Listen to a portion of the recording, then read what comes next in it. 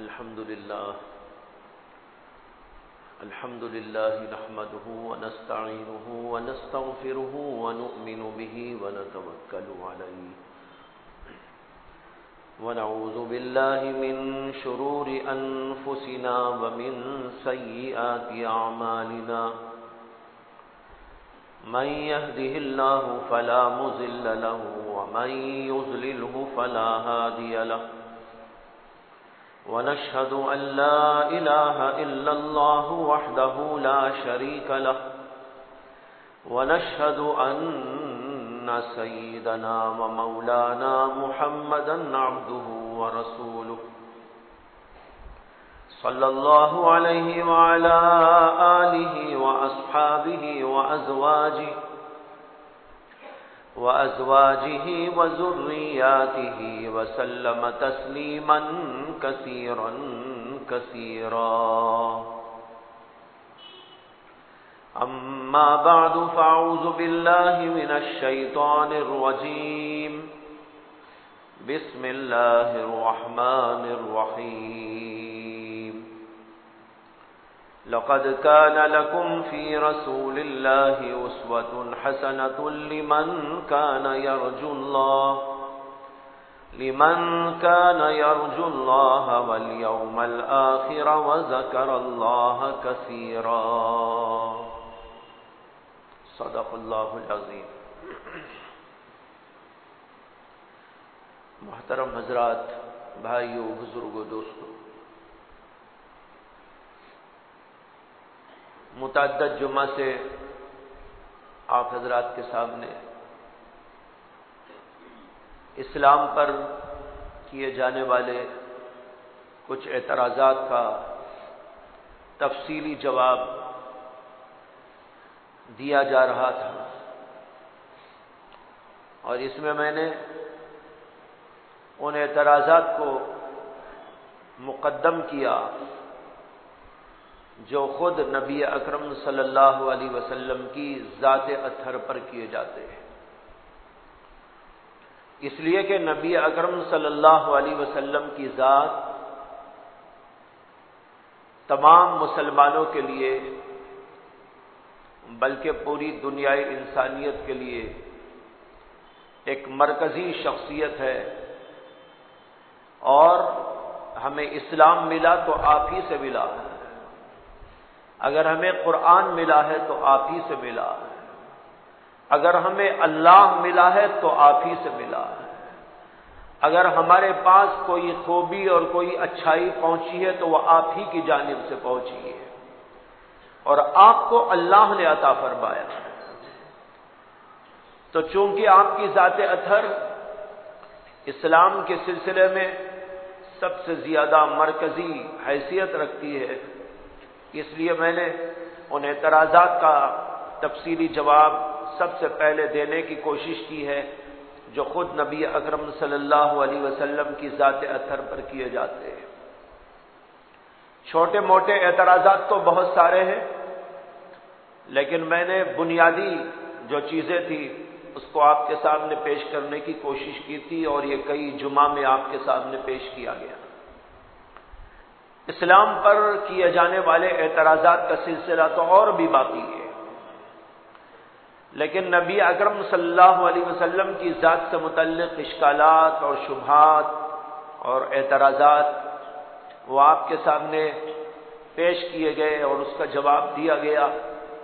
اس کے بعد میں آگے بڑھنے سے پہلے اس موقع پر آپ حضرات کی توجہ ایک خاص بات کی طرف مبذول کرنا چاہتا ہوں، اور وہ یہ ہے کہ نبی اکرم صلی اللہ علیہ وسلم کی ذات سے متعلق جو ہمیں اور آپ کو حکم دیا گیا ہے، اور آپ کو دنیا میں اللہ نے بھیج کر ہمیں اور آپ کو آپ کی جانب متوجہ کیا ہے، اس کے بارے میں قرآن کریم کی آیت بہت واضح اور صاف ہے کہ اللہ تعالیٰ نے فرمایا لقد كان لكم في رسول الله أسوة حسنة لمن كان يرجو الله واليوم الآخر وذكر الله كثيرا۔ تحقیق کہ تمہارے لیے رسول اللہ صلی اللہ علیہ وسلم کی ذات کے اندر بہترین نمونہ موجود ہے۔ ہم نے اللہ کے نبی علیہ الصلوۃ والسلام پر کافروں کی جانب سے، معاندین اسلام کی جانب سے کیے جانے والے اعتراضات کو سنا اور ان کے جوابات کو بھی آپ نے ملاحظہ کیا، لیکن یہ کیوں پیش کیا گیا؟ اس کی وجہ کیا ہے؟ اس کی بنیاد کیا ہے؟ وجہ یہ ہے کہ کوئی مسلمان اللہ کے نبی علیہ الصلوۃ والسلام کی ذات اطہر کے بارے میں کسی بدگمانی میں مبتلا نہ ہو جائے، نبی اکرم صلی اللہ علیہ وسلم کی ذات اقدس کے بارے میں کسی شبہ میں گرفتار نہ ہو جائے اور اس کا ایمان کہیں ڈگمگانے نہ لگے۔ ایمان میں مضبوطی لانے کے لیے ان چیزوں کو آپ کے سامنے پیش کیا گیا، اس لیے کہ کافروں اور معاندین اور دشمنان اسلام کی طرف سے برابر اللہ کے نبی علیہ الصلوۃ والسلام کو نشانہ بنایا جاتا ہے، کتابوں کے ذریعے، رسائل کے ذریعے اور ٹی ویوں کے ذریعے اور مختلف ذرائع ابلاغ سے اللہ کے نبی علیہ الصلوۃ والسلام کی ذات کو بدنام کرنے کی کوششیں کی جاتی ہیں۔ اس لیے میں نے مناسب سمجھا کہ اس سلسلے میں آپ حضرات سے سب سے پہلے گفتگو کی جائے اور دلوں کو سہارا دیا جائے، ایمان کو مضبوط کرنے کے لیے یہ پیغامات آپ کے سامنے پیش کیے جائے۔ اب مجھے یہ عرض کرنا ہے آپ کے سامنے کہ ہمیں اور آپ کو اللہ کے نبی علیہ الصلوۃ والسلام سے کیسا پاکیزہ تعلق ہونا چاہیے۔ اعتراض آیا اور ہم نے جواب سن لیا، لیکن یہ اللہ کے نبی علیہ الصلوۃ والسلام کی ذات اقدس کا پورا حق ہم نے ادا نہیں کیا۔ اللہ کے نبی علیہ الصلوۃ والسلام کی ذات اقدس کا حق کیا ہے؟ ابھی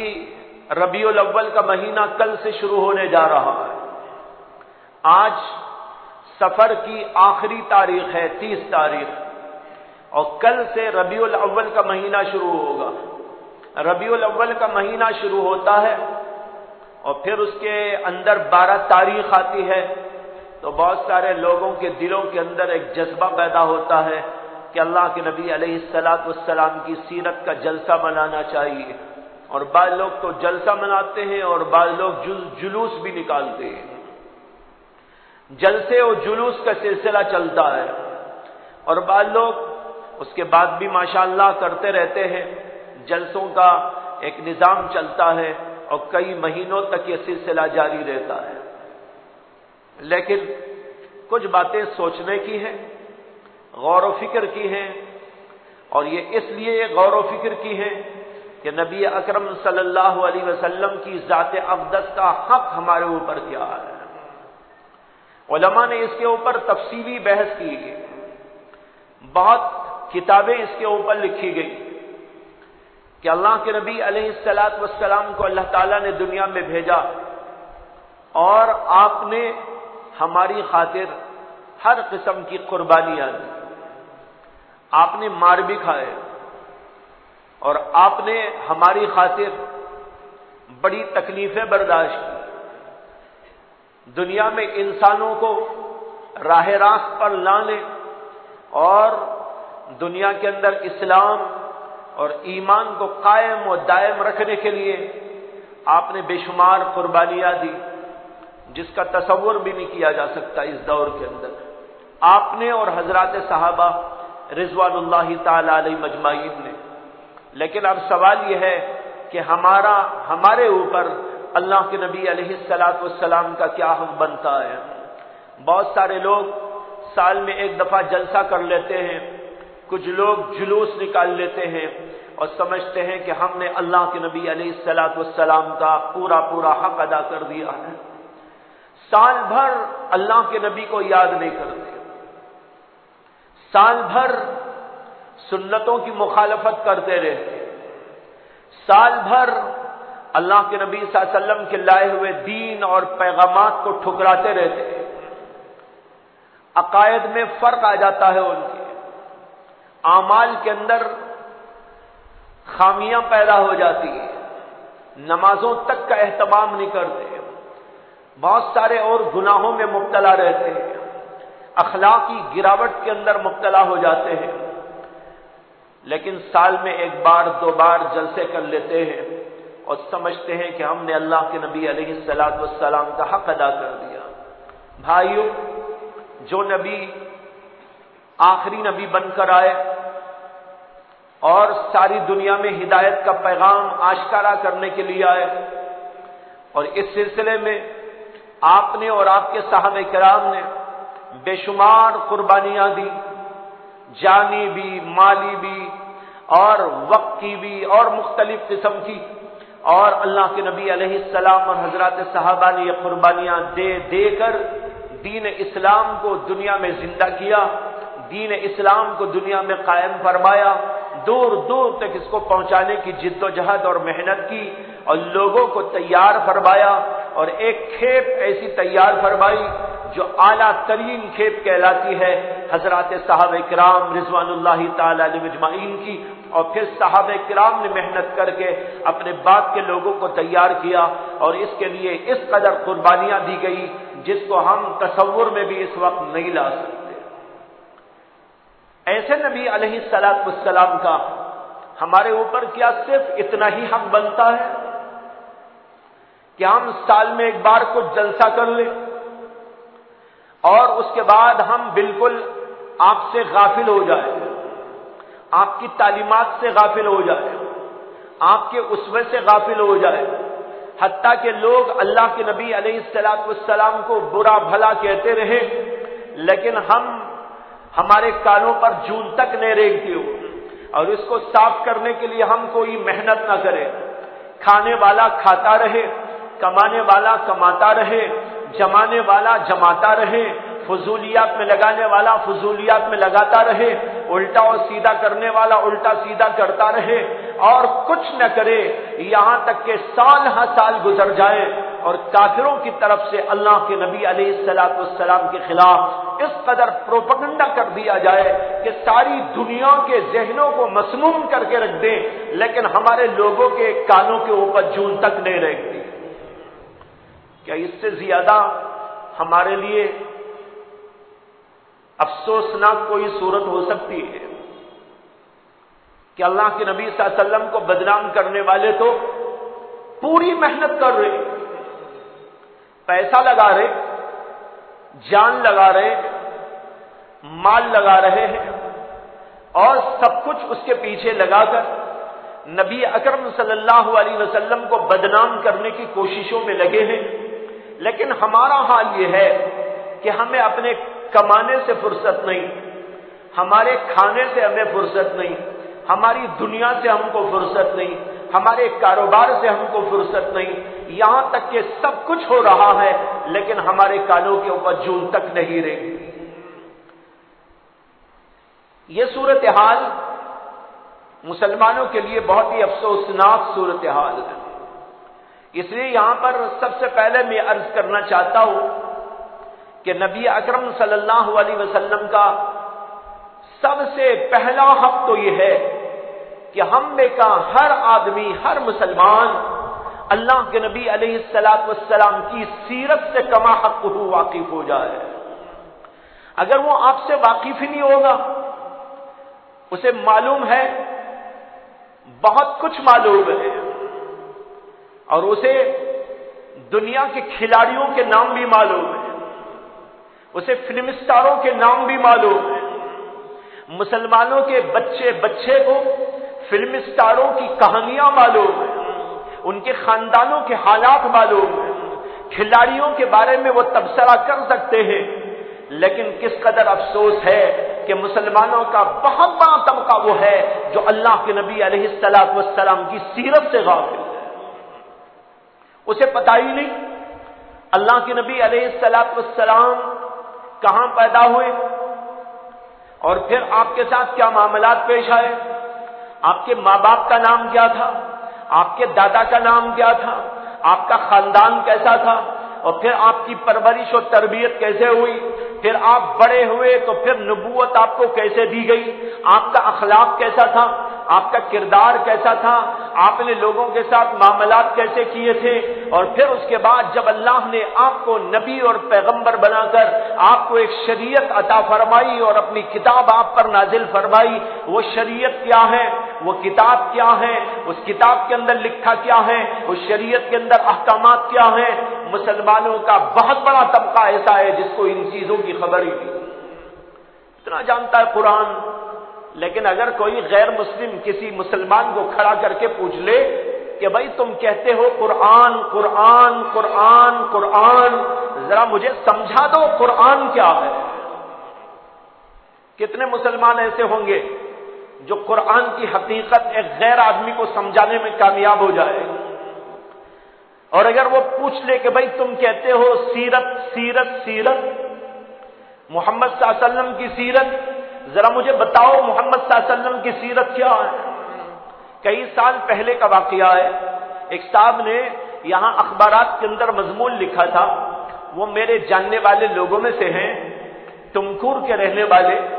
انہوں نے اخبار کے اندر یہ مضمون لکھا کہ ان کے خاندان میں ایک جگہ پر شادی ہوئی، تو وہ خود اس شادی میں شریک ہونے کے لیے 1-2 دن پہلے اس گھر کے اندر چلے گئے، وہاں پر جا کر وہ رہنے لگے،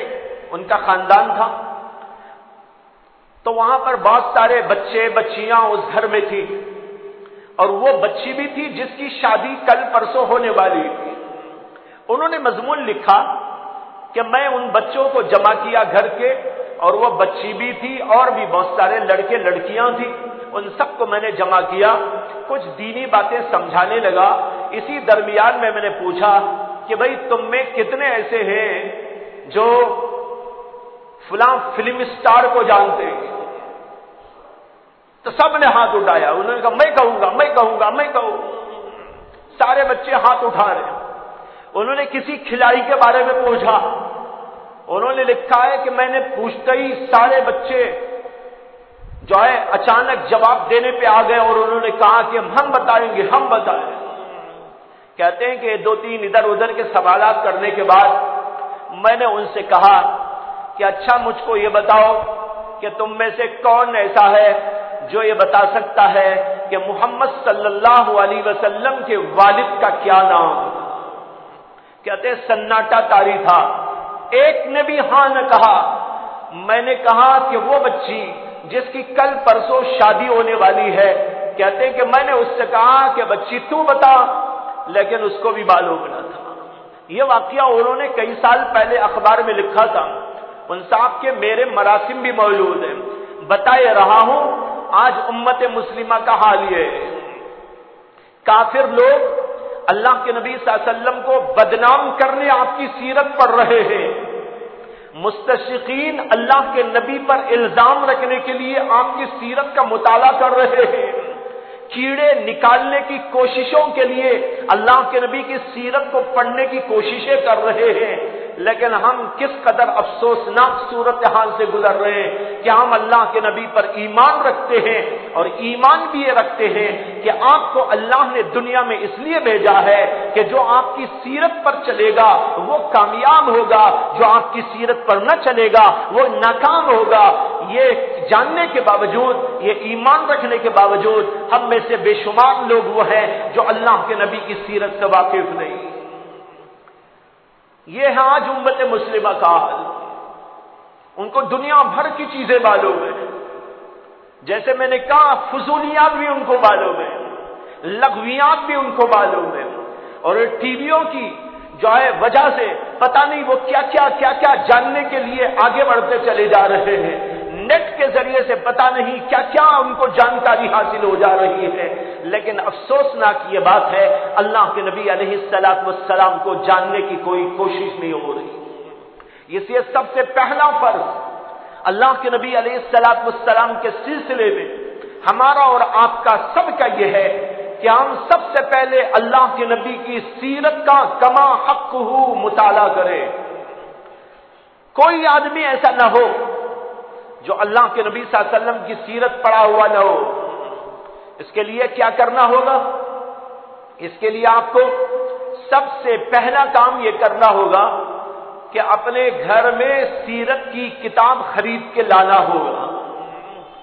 گھروں میں آج بہت ساری کتابیں ملتی ہیں۔ کون سی کتابیں؟ فلموں کی کتابیں، گیتوں کی کتابیں، اور بکواس کی کتابیں، اور ادھر ادھر کے اخبارات، رسائل اور پرچے، لیکن بھائیوں بہت سارے گھرانے آپ کو ایسے ملیں گے کہ اس گھر کے اندر اللہ کے کلام کی کوئی تفسیر آپ کو نہیں ملے گی، اللہ کے نبی کی سیرت پر کوئی کتاب نہیں ملے گی، گھر کے گھر خالی۔ قرآن تو رکھا ہوا ہے، لیکن قرآن بھی کہاں رکھا ہوا ہے؟ وہاں جہاں تک ہاتھ بھی نہ پہنچ پائے۔ رکھا تو ہے قرآن، لیکن وہاں رکھا ہے جہاں پر ہاتھ نہ پہنچ پائے، اور اگر رکھا ہے ایسی جگہ جہاں ہاتھ پہنچ سکتا ہے تب بھی ہاتھ ہم ڈالنے کو تیار نہیں۔ اسے اٹھائیں، اسے پڑھیں، اس سے استفادہ کرے، اس کے مضامین کو دیکھے، کم از کم تلاوت ہی کر لیا کرے۔ نہ تلاوت ہو رہی ہے، اور تلاوت سے آگے کا نمبر ہے سمجھنے کا، وہاں تک تو پہنچنے کا نام و نشان بھی نہیں۔ تو نہ کوئی تفسیر کی کتاب، نہ رسول اللہ صلی اللہ علیہ وسلم کی کوئی سیرت کی کتاب، گھر کے گھر خالی ملے گی۔ یہ میں تجربے کے بعد بول رہا ہوں، کئی جگہ جانا ہوتا ہے کسی بھی سلسلے میں، تو دیکھتے ہیں بہت ساری کتابیں رکھی ہوئی ہیں، لیکن کون سی کتابیں؟ جو دنیا کی کتابیں ہیں۔ کوئی پڑھنے والے بچے جو ہے اسکولوں میں پڑھتے ہیں، کالجوں میں پڑھتے ہیں، تو وہ کتابیں ان کی ہیں، یا اس کے علاوہ دوسری کتابیں ہیں تو وہ بھی ادھر ادھر کی غلط قسم کی کتابیں بھی آپ کو مل جائیں گی۔ لیکن ان سے آپ پوچھ لیجئے کہ بھائی آپ کے گھر میں کوئی قرآن کی تفسیر موجود ہے؟ نہیں، کوئی تفسیر موجود نہیں۔ کیا اللہ کا کلام اللہ نے اس لیے نازل کیا تھا کہ اس کو کوئی نہ سمجھے، کوئی اس کو نہ پڑھے، دور دور تک قرآن کا کوئی درس اور کوئی اس کا سلسلہ گھروں میں جاری نہ رہے؟ کیا اللہ نے اس لیے قرآن کو نازل کیا تھا؟ یا اس لیے نازل کیا تھا کہ ہر مسلمان اس کو پڑھا کرے، اس کو سمجھا کرے، اس پر عمل کیا کرے؟ لیکن گھر کے گھر خالی ہے، قرآن کی تفسیر آپ کو کہیں نہیں ملے گی۔ اسی طریقے پر آپ پوچھ کے دیکھ لینا، سیرت النبی کی کوئی کتاب آپ کو نہیں ملے گی، حدیث کی کوئی کتاب آپ کو نہیں ملے گی۔ دنیا بھر کی کتابیں مل سکتی ہیں، لیکن یہ ذخیرہ آپ کو نہیں ملے گا۔ میں ان لوگوں کی بات نہیں کرتا جو اکے دکے ایسے نکل آئیں گے، ہے ماشاءاللہ، اکے دکے، ہزار میں ایک دو آپ کو ایسے گھر مل سکتے ہیں جہاں پر دینی کتابیں موجود ہوں اور اس کو پڑھا جا رہا ہو، تفسیر کی کتاب موجود ہو، اس کو پڑھنے کا رواج ہو، یا اسی طریقے پر حدیث کی کتاب ہو، اس کو پڑھا جا رہا ہو، یا سیرت النبی کی کتاب ہو، اس کو سمجھنے کی کوشش کی جا رہی ہو۔ اکا دکا تو کہیں آپ کو ملے گا، لیکن عمومی صورتحال مسلمانوں کی ہے۔ اس لیے میں نے کہا سب سے پہلا کام تو یہ ہے کہ ہم اللہ کے نبی علیہ السلام کی سیرت کو خریدیں، قرآن کی تفسیر بھی رکھیں اپنے گھروں میں۔ اور اس سے بڑا ایک اور مسئلہ پیدا ہو گیا ہے ہماری امت میں، وہ مسئلہ یہ ہے اردو نہیں آتی۔ اگر تفسیر خرید کے بھی رکھ لے یا سیرت النبی کی کتاب خرید کے بھی رکھ لے تو لوگ کہتے ہیں حضرت کتاب تو لیکن پڑھنے نہیں آتا۔ کیوں نہیں آتا؟ اس لیے نہیں آتا کہ اردو نہیں آتی۔ اردو ہماری مادری زبان ہے، عربی ہماری اسلامی اور روحانی زبان ہے، دونوں کو حاصل کرنا چاہیے۔ عربی بھی حاصل کرنی چاہیے تھی، مسلمان ہونے کی حیثیت سے حدیث کے اندر اس کے بارے میں آتا ہے یہ اللہ کی زبان ہے، یہ نبی کی زبان ہے، اور یہ آخرت کی زبان ہے، لیکن اس کے باوجود مسلمان اس میں بھی کوتاہی کرتا ہے۔ جو پیدا ہوا ماں کے گھر، وہاں پر اردو بولی جاتی ہے، لیکن شدہ وہ اردو کو اپنے سے دور کرتا ہے۔ گھر میں پیدا ہوا، کہاں پیدا ہوا؟ اردو کے گھر میں پیدا ہوا، ماں اردو بولتی ہے، باپ اردو بولتا ہے، گھر کے اندر اردو بولی جاتی ہے، لیکن وہ بچہ بڑا ہونے کے بعد اس کا ماحول ایسا بنایا جاتا ہے، کچھ اسکول کی وجہ سے اور کسی اور وجہ سے، کہ اس کو دور کیا جاتا ہے اردو سے، دور کرتے کرتے کرتے اتنا دور کر دیتے ہیں کہ اردو بولنے سے بھی اس کو شرم آتی ہے۔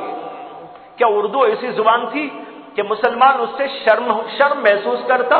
کیا مسلمان کو اپنی زبان پر فخر نہ ہونا چاہیے تھا؟ لیکن مسلمان شرمندہ ہوتا ہے اردو بولتے ہوئے اور انگریزی بولتے ہوئے اسے فخر محسوس ہوتا ہے اور کہتا ہے کہ میں تو انگریزی بولتا ہوں. وہ بچہ اس بچے پر فخر محسوس کرتا ہے جو انگریزی بولتا ہے، اور وہ بچہ دوسرا اردو بولنے والا وہ جھیپ کے رہ جاتا ہے. ایسا ماحول تیار کیا جا رہا. اور آج جو رقے چھپ رہے ہیں اس میں تو اب اردو کو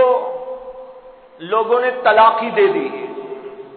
اور 1 2 نہیں 3 طلاق دے دی ہے. رجوع کا بھی کوئی حق باقی نہیں ہے. اب 3 طلاق دے کر اس کو چھوڑ دیا ہے کہ اب ہمارے گھر میں کوئی بھی شادی ہوگی، کوئی بھی تقریب ہوگی یا کچھ بھی ہوگا اور ہم رقے چھپوائیں گے تو ہم انگریزی ہی میں چھپوائیں گے. پہلے تو چند دنوں چند سالوں بین بین سلسلہ چلتا رہا. بین بین کیا؟ دونوں چلتے تھے، ادھر لکھا ہوا ہے اردو، ادھر لکھا ہوا ہے انگریزی. چلو یہ بھی غنیمت تھا. تب لوگ ہم کو پوچھنے پر جواب یہ دیتے تھے کہ بہت سارے لوگ جو ہے غیر مسلم بھی ہوتے ہیں، ان کو بھی ہمیں دینا پڑتا ہے، اس لیے انگریزی بھی. اچھا بھائی ٹھیک ہے، اردو والوں کو آپ نے اردو میں لکھ کے دیا، انگریزی والوں کو انگریزی میں پڑھا دیا. چند سالوں تک تو یہ سلسلہ چلتا رہا بین بین. لیکن اس کے آگے اب یہ سلسلہ شروع ہو گیا ہے کہ چاہے خود کو انگریزی کا ایک لفظ بھی نہ آتا ہو، یہ بھی میں گارنٹی سے بول رہا ہوں، یہ صرف پڑھے لکھے لوگ نہیں، انگریزی بولنے والے نہیں، انگریزی پڑھنے والے نہیں، بڑے بڑے لیکچررز پروفیسرز ہی نہیں، بلکہ وہ آدمی جو آٹو چلاتا ہے، وہ آدمی جو ٹیلرنگ کرتا ہے، وہ آدمی جو معمولی مزدوری کرتا ہے، اس کو خود اردو، اس کو خود انگریزی کا ایک لفظ نہیں آتا، اس کا چھپوایا ہوا رقعہ اگر اس کو دے کر کہہ دیا جائے کہ بھائی میں مولانا ہوں، مجھے تو انگریزی نہیں آتی، آپ لکھ کے لائے ہیں ذرا پڑھ کے مجھے سنا دو، خدا کی قسم کھا کے کہتا ہوں بے شمار لوگ ایسے ملیں گے جو اپنے ہی رقعے کو پڑھ کے سنا بھی نہیں سکتے، لیکن اس کے باوجود انگریزی میں لکھ کے لاتا. کیوں جناب؟ اردو میں لکھنا کوئی معیوب تھا؟ اپنی زبان میں پیش کرنا کوئی شرم کی بات تھی؟ آج اس طریقے پر ہم نے اپنی اردو سے بغاوت شروع کر دی. اور پھر عجیب و غریب بات یہ ہے کہ مسلمان ایک طرف تو اپنے سے اردو کو خود ہٹا رہے ہیں اور حکومت سے مطالبہ کیا جاتا ہے اور کہتے ہیں کہ حکومت نے اردو کے ساتھ انصاف نہیں کیا ہے، حکومت نے اردو کے ساتھ انصاف نہیں کیا ہے، اس کا پورا حق نہیں دیا جا رہا ہے، اس کا لٹریچر نہیں چھپوایا جا رہا ہے، اس کے اکیڈمیوں کو جو ہے کچھ نہیں دیا جا رہا ہے، اس کو ترقی دینے کی فکر نہیں کی جا رہی ہے. ایک طرف تو یہ بھی نعرے مارے جاتے ہیں، لیکن خود ہی ہم اپنی زبان کا گلا کھود کھود کے مار رہے ہیں اور اسے قبرستان میں کبھی تو زندہ بھی دفن کر کے آ رہے ہیں. یہ ہے آج مسلمانوں کا کردار. جب اردو سے انہوں نے یہ بغاوت شروع کر دی، اردو سے بچے دور ہو گئے، نوجوان دور ہو گئے، بچیاں دور ہو گئی، دور دور تک انگریزی پڑھنے والے، لکھنے والے، سمجھنے والے پیدا ہو گئے، لیکن خود اس گھر کے اندر اردو کو انہوں نے دفن کر دیا. آج وہاں اردو کی کوئی کتاب لے جا کے پیش کرو تو اس کو کوئی پڑھنے کے لیے آمادہ نہیں ہوتا، اس لیے کہ ان کو آتا ہی نہیں پڑھنا. بڑے بڑے اکابرین نے لکھا ہے ہندوستان کے اندر جہاں اردو کی بول چال ہے اور ہندوستان میں اور ایسے علاقوں میں جہاں اردو کا چلن ہے اور وہاں اسلام کا بیشتر لٹریچر اردو زبان کے اندر ہے، ایسے علاقوں کے اندر دینی لحاظ سے، ایسے علاقوں کے اندر دینی لحاظ سے اردو کا سیکھنا واجب و ضروری مسئلہ ہے.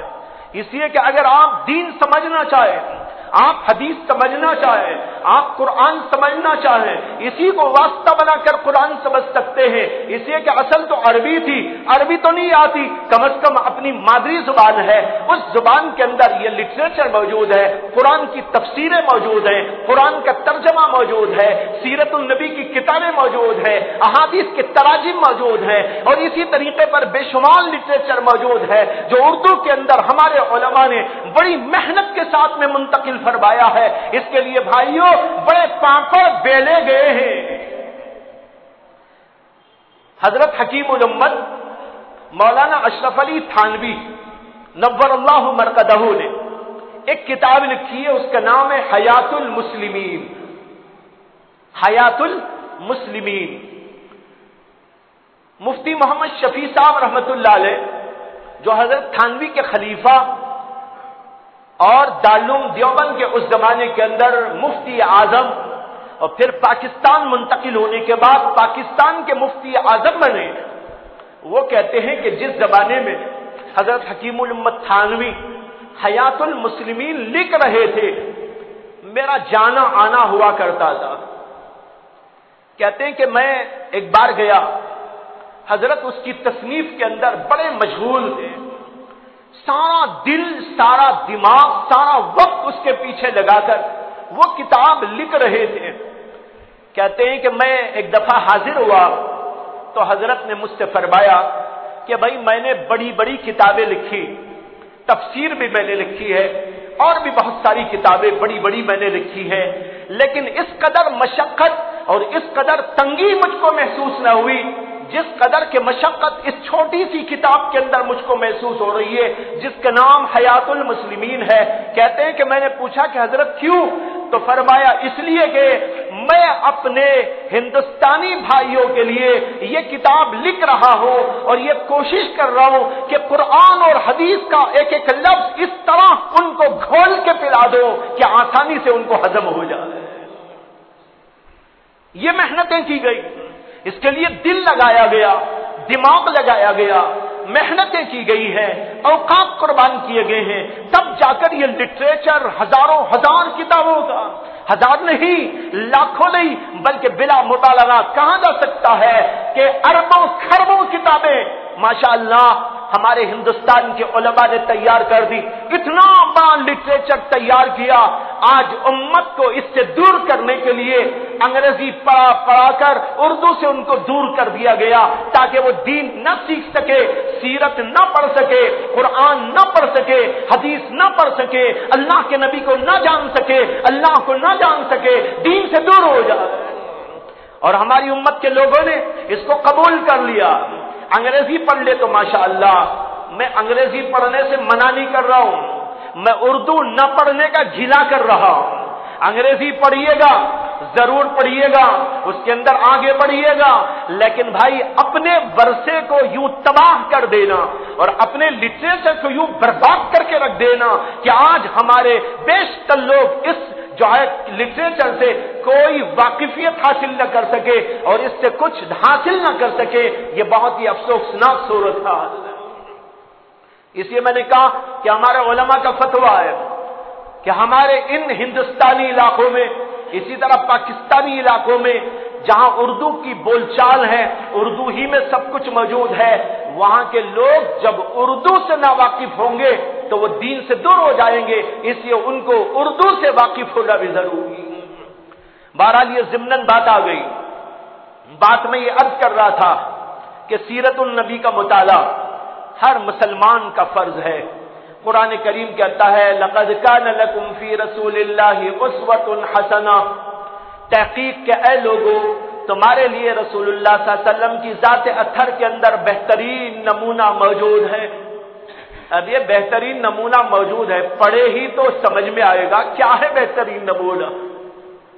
آپ کا اخلاق کیسا، آپ کی عبادت کیسی، آپ کی ریاضت کیسی، آپ کا انداز زندگی کیسا، بیویوں کے ساتھ سلوک کیسا، بچوں کے ساتھ طرز عمل کیسا، دوستوں کے ساتھ معاملہ کیسا، دشمنوں کے ساتھ معاملہ کیسا، زبان کیسے استعمال کرتے تھے، کیا پاکیزہ انداز ہوا کرتا تھا، کیا کوئی غلط جملہ اس کے اوپر آ سکتا تھا، یا انداز کوئی غلط ہوا کرتا تھا، یا جو ہے بے تحاشا الٹی سیدھی کچھ کر کے چلے جاتے ہو، کیا اللہ کے نبی نے کبھی ایسا کیا؟ ایسا بالکل نہیں. یہ سب کچھ سیرت کو جاننے پر موقوف ہے. لیکن ہم جب سیرت ہی نہیں پڑھیں گے تو ہمیں پتہ کیسے چلے گا کہ اللہ کے نبی علیہ الصلوۃ والسلام کی سیرت کیا تھی؟ ہم کو کوئی بھی بہکا سکتا ہے کہ اللہ کے نبی یوں تھے اور یوں تھے. جیسے کہ بہت سارے لوگ بحث رہے، انگریزوں نے کتاب لکھ دی اللہ کے نبی کی سیرت کو بگاڑ کر، مستشرقین نے کتاب لکھ دی اللہ کے نبی صلی اللہ علیہ وسلم کی سیرت کو بگاڑ کر، اور آپ کی تصویر ایسے دے دی جو اللہ کے نبی صلی اللہ علیہ وسلم کی تصویر سے، اللہ کے نبی کی اصل حقیقت سے بہت دور. اب لوگوں نے اس کو پڑھا اور ان کے ذہن کے اندر یہی آ گیا، نعوذ باللہ، اللہ کے نبی ایسے تھے ایسے تھے ایسے تھے، الٹے تھے، غلط تھے. ایمان تو ختم ہو گیا، اور یہی ان کا منشا ہے. اگر ہمارے پاس صحیح علم ہو، ہم صورتحال سے واقف ہو، اللہ کے نبی کے طرز عمل، طرز زندگی سے واقف ہو، تو ہمیں کوئی بھی مائی کا لال ڈگمگاہٹ میں مبتلا نہیں کر سکتا. تو سب سے پہلا فرض ہمارا یہ، اور یہ واقعہ میں نے پہلے بھی آپ کو سنایا ہے، اختصاراً صرف اشارہ کرتے ہوئے آگے بڑھتا ہوں کہ کس طریقے پر یہ لوگ ہمارے ایمان کو جو ہے متزلزل کر کے رکھ دیتے. میں نے عبد الماجد دریابادی کا قصہ بیان کیا تھا، جو فلسفہ پڑھنے کے بڑے شوقین تھے. فلسفے کی کوئی بھی کتاب آ جائے تو وہ ضرور اس کو لیتے تھے اور پڑھتے تھے. کہتے ہیں کہ ایک کتاب ایک انگریز کی لکھی ہوئی مجھ کو ملی، میں نے اس کتاب کا مطالعہ شروع کیا، اس لیے کہ وہ کتاب فلسفے پر تھی، اس لیے میں نے اس فلسفے کی کتاب کو لے کر شروع سے پڑھنا شروع کر ڈالا. کہتے ہیں پڑھتے پڑھتے پڑھتے جب اس کے آخری صفحے پہ پہنچا، کتاب ختم ہو گئی،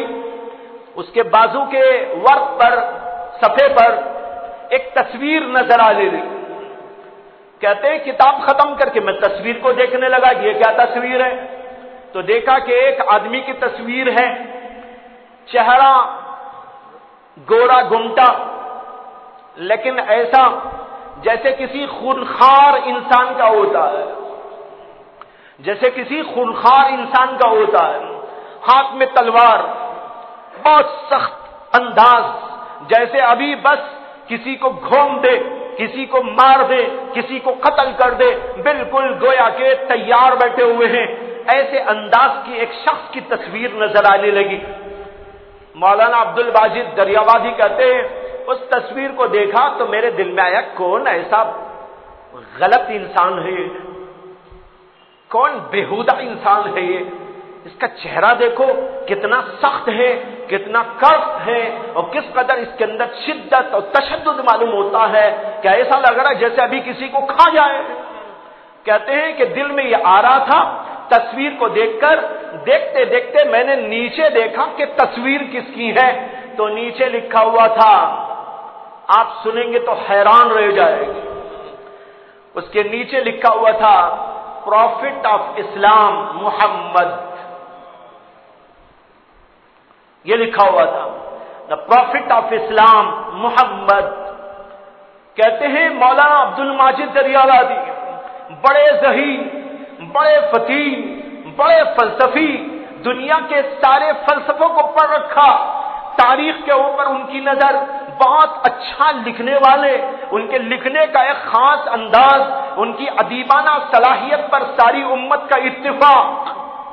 وہ آدمی کہتا ہے کہ اس کتاب میں آخری صفحے پر یہ تصویر دیکھ کر اور پیچھے نیچے یہ دیکھ کر کہ پروفٹ آف اسلام محمد، میرے دل میں جو کچھ محمد صلی اللہ علیہ وسلم کی عقیدت و محبت تھی یک لخت باہر نکل گئی. میں نے کہا ایسا نبی مجھے نہیں چاہیے.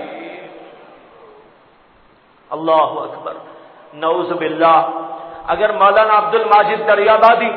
اس زمانے سے پہلے کبھی سیرت کو پڑھے ہوتے،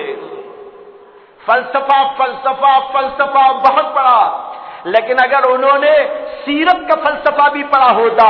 اللہ کے نبی علیہ السلام کی حقیقی تصویر ان کے ذہن کے اندر آ گئی ہوتی قرآن حدیث کو پڑھ کر، اور حدیث نہیں قرآن کو پڑھ کر قرآن نے کیا فرمایا؟ وَمَا أَرْسَلْنَاكَ إِلَّا رَحْمَةً لِّلْعَالَمِينَ، ہم نے تو آپ کو سارے عالموں کے لیے رحمت بنا کر بھیجا۔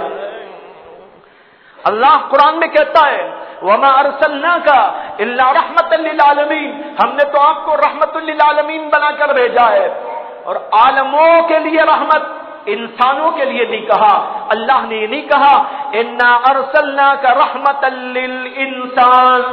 یوں نہیں کہا اِنَّا أَرْسَلْنَاكَ رَحْمَةً لِّلنَّاسِ، رحمت للناس نہیں تھے آپ، رحمت العالمین تھے، سارے عالموں کے لیے رحمت۔ انسانوں کے لیے تو تھے ہی، جنات کے لیے آپ رحمت، فرشتوں کے لیے آپ رحمت، جانوروں کے لیے آپ رحمت، عورتوں کے لیے آپ رحمت، مردوں کے لیے آپ رحمت، اور زمین و آسمان کے لیے آپ رحمت، سورج و چاند کے لیے آپ رحمت، پانی کے لیے آپ رحمت، ہواؤں کے لیے آپ رحمت، اور شجر و حجر کے لیے آپ رحمت۔ ہر چیز کے لیے اللہ نے آپ کو رحمت للعالمین بنا کر بھیجا۔ آپ دنیا میں آئے تو ساری چیزوں کے لیے رحمت ہی رحمت آ گئی۔ اگر یہ آیت ان کے ذہن میں ہوتی، مولانا عبد الماجد دریابادی مفسر قرآن بھی ہے، لیکن وہ اس وقت مفسر نہیں بنے تھے، بعد میں بنے تھے۔ اگر وہ پہلے تفسیر پڑھتے، اگر پہلے وہ قرآن پڑھتے، اگر پہلے وہ حدیث پڑھتے، رحمت للعالمین کے اسباق کو پڑھتے، رحمت للعالمین کی رحمت للعالمینی کے مظاہر کو آپ دیکھتے، تو پھر ان کے ذہن کے اندر سے اللہ کے نبی کی عقیدت نہ نکلتی، بلکہ وہ کتاب کو پھینک دیتے اور کہتے جھوٹی کتاب ہے، جھوٹا مصنف ہے، مکار مصنف ہے، دھوکے باز مصنف ہے، اور اس فلسفی کے اوپر لعنت بھیج کر فلسفے کو اٹھا کے رکھ دیتے۔ لیکن اس وقت تک قرآن نہیں پڑھا تھا، تفسیر نہیں پڑھی تھی، حدیث نہیں پڑھی تھی، اور جو ہے سیرت کا فلسفہ نہیں پڑھا تھا، اس لیے ان کے ذہن کے اندر نعوذ باللہ یہ بات پیوست ہو گئی کہ ہمارے نبی ایسے تھے، اس لیے ایسا نبی مجھ کو نہیں چاہیے۔ چنانچہ اس کے بعد کئی سالوں تک وہ دہریہ بن گئے تھے، کئی سالوں تک وہ اللہ کا انکار، رسول کا انکار کر کے دہریہ بن کے زندگی کر رہے تھے۔ اسی واقعے کے بعد اور پھر اللہ نے ان پر رحم کیا۔ حضرت مولانا شیخ الاسلام مدنی نور اللہ مرقدہ اور اسی طرح حضرت حکیم الامت اشرف علی تھانوی نور اللہ مرقدہ کے طفیل میں اللہ تعالیٰ نے ان بزرگوں کی وجہ سے دوبارہ ان کو ایمان نصیب فرمایا۔ اس کا تو ایک لمبا واقعہ ہے، وقت نہیں میرے پاس، یہاں بتانا یہ ہے بھائیو سیرت کا مطالعہ کتنا اہم ہے ہمارے لیے بتانا چاہتا ہوں۔ اگر ہم نے اپنی بزرگوں کی لکھی ہوئی سیرت کی کتابیں جو مستند ہیں، حوالے سے مزین ہیں، ہر صفحہ اس کا مدلل ہے، ایسی کتابوں کو نہ پڑھیں تو ایسے لوگ ہمارے ایمان کو اچھک کے لے کے چلے جائیں۔ اس لیے ہر مسلمان کے لیے ضروری ہے کہ وہ سیرت النبی کا مطالعہ کر کے اپنے آپ کو اس کے مطابق ڈھالے، پہلے تو اپنے علم کی تصحیح کرے اور پھر اس کے بعد اپنے عمل کو صحیح بنانے کے لیے یہ دوسرا نمبر ہے۔ مطالعہ کرنے کے بعد ہمارا کام یہ ہے اپنے آپ کو ہم سیرت النبی میں ڈھالنے کی کوشش کریں۔ اگر ہم نے اپنے آپ کو سیرت النبی میں ڈھالا ہر اعتبار سے، یہ نہیں کہ جناب 2 باتیں لے لی ہزاروں کو چھوڑ دیا، 10 کو لے لیا 100 کو چھوڑ دیا، 20 کو لے لیا لاکھوں کو چھوڑ دیا، ایسا نہیں، بلکہ سیرت النبی کے اسباق کو ہم پڑھیں، ایک ایک چیز کو پڑھیں، عبادات کے باب کو پڑھیں، اللہ کے نبی عبادت کیسا کرتے تھے، ہم اسی کے ساتھ اخلاق کے باب کو پڑھیں، اللہ کے نبی کے اخلاق کیسے تھے، ہم اسی کے ساتھ یہ بھی پڑھیں اللہ کے نبی کی معاشرت کیا تھی، بیویوں کے ساتھ سلوک، بھائیوں کے ساتھ سلوک، رشتہ داروں کے ساتھ سلوک، اور جو ہے اپنے بھائی بہنوں کے ساتھ میں سلوک، اور اپنے اڑوس پڑوس کے لوگوں کے ساتھ میں سلوک، تعلق داروں کے ساتھ میں سلوک، اللہ کے نبی علیہ الصلوۃ والسلام کا کیا تھا یہ بھی ہم مطالعہ کریں۔ اسی کے ساتھ پھر یہ دیکھیں اللہ کے نبی کے معاملات کیسے تھے، خرید و فروخت میں کیا ہوتا تھا، تجارت میں کیا ہوتا تھا، آپس میں ایک دوسرے سے لین دین کرتے تھے تو اس کے اندر کیا اصول اللہ کے نبی نے بتائے، کیا طرز عمل آپ نے اختیار کیا، یہ معاملات کی دنیا بھی ہم دیکھیں، سب کچھ پڑھیں اور پھر اس کے بعد اپنے آپ کو اسی کے مطابق ڈھالنے کی کوشش کریں، عبادات میں بھی، معاملات میں بھی، اخلاق میں بھی، معاشرت میں بھی، تہذیب و طور و طریقے میں بھی، ہر چیز کے اندر اپنے آپ کو اس کے مطابق ڈھالیں۔ اور پھر ایک آخری کام ہے، وہ کام یہ ہے کہ سیرت النبی کو ہم دنیا میں آشکارا کرنے کی کوشش کریں۔ آج سیرت النبی کو ہم نے، جیسے کہ میں نے کہا، خود نہیں پڑھتے، دوسروں کو کیا سنائے۔ ہمارا فرض ہے ہم خود پڑھیں، اس کے بعد دوسرا کام یہ بھی ہے اس پر ہم عمل کریں، اور اس کے بعد ایک کام یہ بھی ہے اور زبردست کام ہے، وہ کام کیا ہے؟ سیرت النبی کو دنیا میں پھیلائے۔ میں نے اس کے لیے ایک تجویز اس سے پہلے بھی رکھی تھی اور کئی جمعہ پہلے بھی میں نے اشارہ دیا تھا۔ ربیع الاول کا مہینہ آتا ہے، جلسے تو بہت ہوتے، جلوس بھی نکالنے والے جلوس نکالتے ہیں۔ میں جلوس کی شرعی حیثیت پر اس وقت کلام کرنا نہیں چاہتا، جلوس نکالنا جائز ہے یا جائز نہیں ہے، اور جائز ہے تو کیا طریقہ ہے، اور جو ہو رہا ہے وہ صحیح کہ غلط ہے۔ میں ان ساری چیزوں کو لپیٹتے ہوئے ان سارے لوگوں تک یہ آواز پہنچانا چاہتا ہوں